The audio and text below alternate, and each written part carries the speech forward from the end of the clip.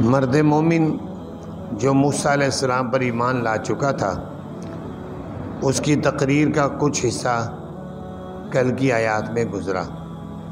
اسی طرح کچھ باتیں اس نے یہاں پر بھی کی۔ فرمایا کہ اللہ تعالیٰ نے اس کے جو الفاظ تھے ان کو نقل کرتے ہوئے فرمایا وَلَقَدْ جَاءَكُمْ يُوسُفُ مِنْ قَبْلُ بِالْبَيِّنَاتِ، البتہ تحقیق آئے تمہارے پاس یوسف اس سے پہلے واضح دلائل لے کر۔ مرد مومن نے کہا کہ تمہارے پاس یعنی تمہارے بڑوں کے پاس یوسف علیہ السلام آئے تھے، واضح نشانیاں لے کر آئے، لیکن جو بھی انہوں نے اس زمانے میں اپنے جو معجزات ملے تھے پیش کیے، فما زلتم فی شک مما جاءکم بھی، ہمیشہ رہے تم شک میں اس سے جو لائے وہ تمہارے پاس اس کو۔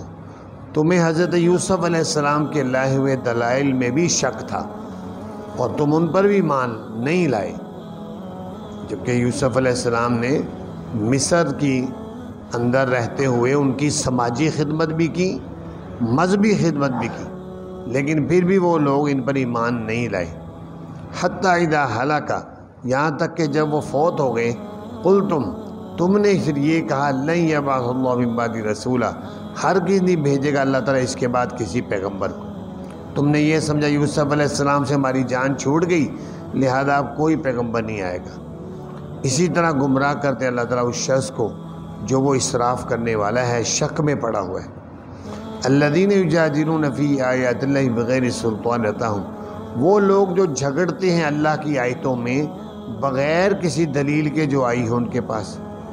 کبر مقتا عند اللہ، بڑی ناراضگی ہے اللہ کے ہاں اور ان لوگوں کے پاس جو ایمان لائے۔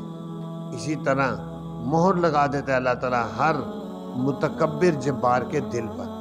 تو فرعون بڑا متکبر تھا، جب موسیٰ علیہ السلام نے اس کے دربار میں آ کر یا اپنے درباریوں کے ساتھ کرسی پر بیٹھا ہوا تھا، کہا کہ میں تمہیں اللہ کا پیغام سناتا ہوں، کلمے کی دعوت دیتا ہوں اور بنو اسرائیل کو میرے حوالے کر دو۔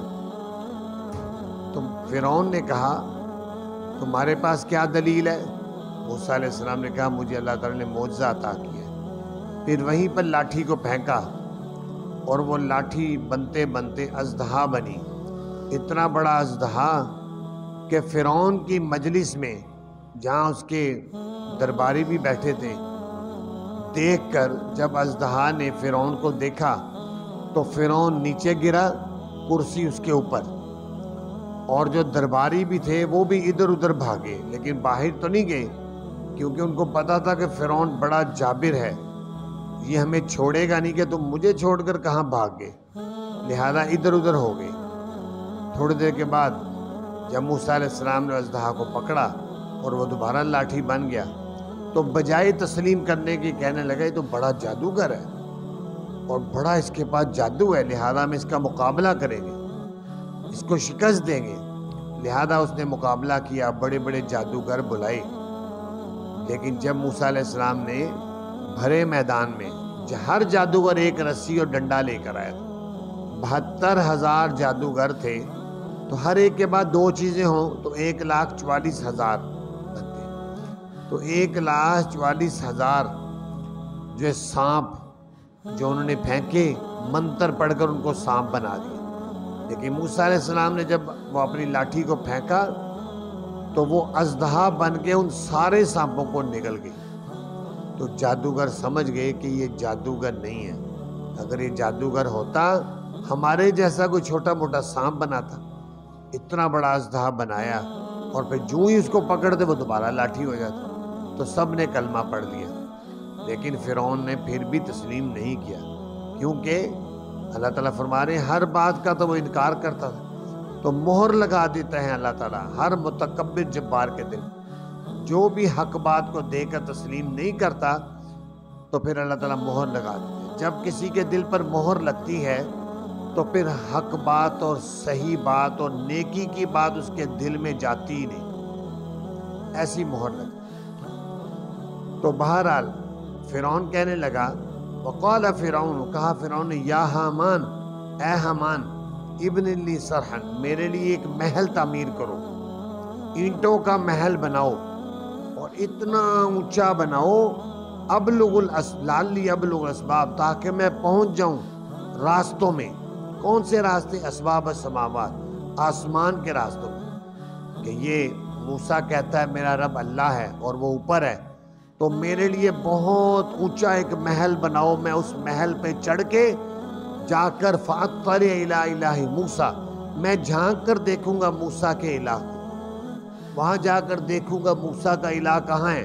وَصُدَّ عَنِ السَّبِيلِ، اور آخر فرعون روک دیا گیا سیدھے راستے سے۔ فاطلع الی الہ موسیٰ، میں جھانک کر دیکھوں گا موسیٰ علیہ السلام کے الہ کو۔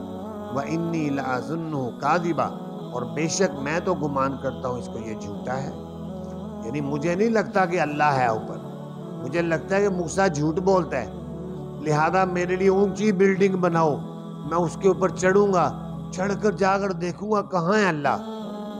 حالانکہ زمین کا اور آسمان کا فاصلہ اتنا زیادہ ہے، اگر کوئی آدمی پیدل چلے تو پیدل چلتے چلتے 100 سال نہیں، 500 سال کے بعد جہاں تک پہنچے گا اتنی دور ہے پہلا آسمان۔ یہ جو چاند پر لوگ پہنچے ہیں، یہ چاند آسمان سے بہت نیچے ہے، آسمان بہت اونچا ہے، پھر دوسرے آسمان کا فاصلہ، پھر تیسرے کا، پھر چوتھے کا، پھر 7 آسمانوں کے بعد پھر کرسی ہے، پھر اللہ کا عرش ہے، اور اس عرش پر اللہ تعالیٰ مستوی ہے۔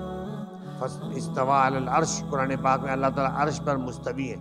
لیکن ہمارا یہ عقیدہ ہے کہ اللہ تعالیٰ عرش پر بھی قائم ہے اور ہر وقت ہمارے ساتھ بھی ہے، کیونکہ قرآن پاک میں وَهُوَ مَعَكُمْ أَيْنَمَا كُنتُمْ، اور وہ تمہارے ساتھ ہے تم جہاں کہیں بھی ہو۔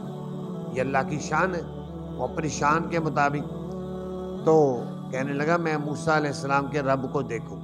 اسی طرح مزین کیا گیا فرعون کے لیے اس کا برا عمل، اور روک دیا گیا سیدھے راستے سے، اور نہیں تھا فرعون کا مکر مگر تباہی۔ تو آخر اپنے تخت، تاج اور حکومت کے نشے میں آ کر تسلیم نہیں کیا اور حق بات سے روک دیا گیا، اور آخر کار خود بھی تباہ ہوا، اپنی فوج کو بھی تباہ کیا، اپنے لوگوں کو تباہ کیا، اور ہمیشہ ہمیشہ کی بربادی کو لے کر دنیا سے چلا گیا۔ بحر کلزم میں اللہ تعالیٰ نے فرمایا اچھا تو اوپر چڑھ کے مجھے دیکھنے آئے گا، میں تجھے بحر کلزم کی موجوں میں نظر آؤں گا جب تو ڈوبنے لگے گا۔ اور ایسے ہوا جب اس کو غوطہ آیا اس کو تو فرشتے بھی نظر آئے، تو پھر کلمہ پڑھنے لگ گیا۔ یاد رکھیں عین نزع کے عالم میں جب روح نکلنے لگتی ہے، نکلنے کا عمل شروع ہو جاتا ہے، اس وقت پڑھا ہوا کلمہ قبول نہیں ہوتا، اس سے 5 منٹ پہلے اگر کوئی کلمہ پڑھ دے کلمہ قبول۔ تو فرعون نے عین اس وقت جب روح نکل رہی تھی کلمہ پڑھنا شروع کیا، اللہ تعالیٰ فرمایا الآن، اب نہیں، اب وقت گزر چکا ہے، اب وہ ٹائم نہیں رہا تمہارے کرنے کا۔ تو اس لیے ہمیشہ ہمیشہ کے لیے بربادی میں چلا گیا اور تباہ و برباد ہو گیا۔